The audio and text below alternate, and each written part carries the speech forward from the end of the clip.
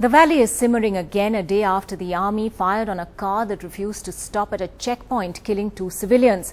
Defence Minister Arun Jaitley has promised a fair probe and action against those found guilty. An angry Chief Minister said the army firing was completely avoidable. The victims had no militant connections. One of them was this teenager, Faisal, just 16 years old.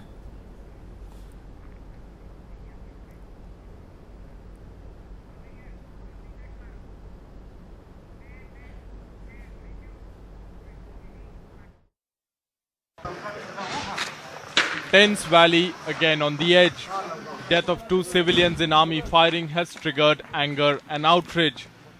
Protesters clashed with security forces at Nowgam in outskirts of Srinagar after the bodies of Faisal and Mehraj were laid to rest.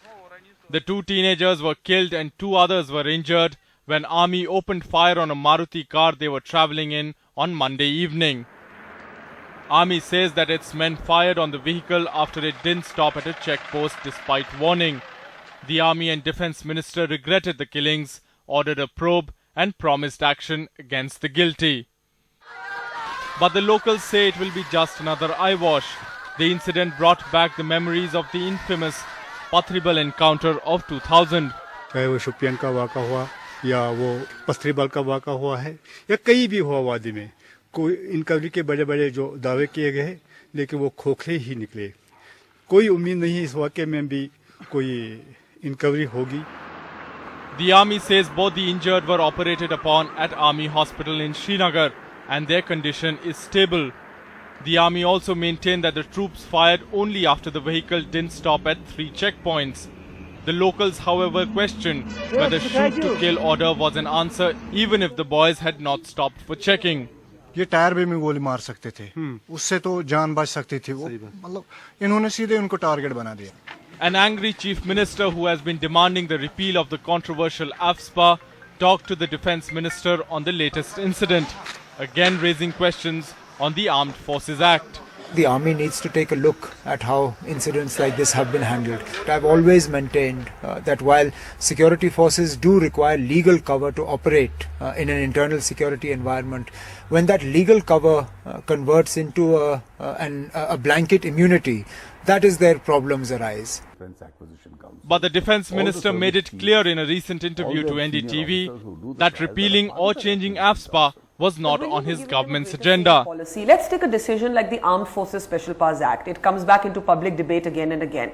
The forces are completely against diluting or amending it in many ways. Human rights groups are pushing for exactly the opposite. On a decision like this, do you take the decision? Does the government take the decision, or does the army take the decision? Well, frankly, as far as the present government is concerned on the SPA, the army's view and the government's view is almost the same. So you're against any changes? Yes, it was not so during the UPA government, but in the NDA government, the views are the same. The opposition PDP also echoed the state government, saying incidents like this ahead of elections will reinforce cynicism and vitiate the poll atmosphere. This vicious circle is not stopping anywhere. And you can see a same repetition of condemnations, announcement of inquiries, and then leading to nowhere. While there's anger and resentment against the killing of 2 innocent youths in army firing yesterday, since morning clashes between protesters and security forces are going on. But as the army and the defense minister have promised action against the guilty, people here ask what has happened to those probes and such promises made in the past. In Nowgam, Srinagar, with cameraman Sheikh Tariq, Nazir Masoodi for NDTV.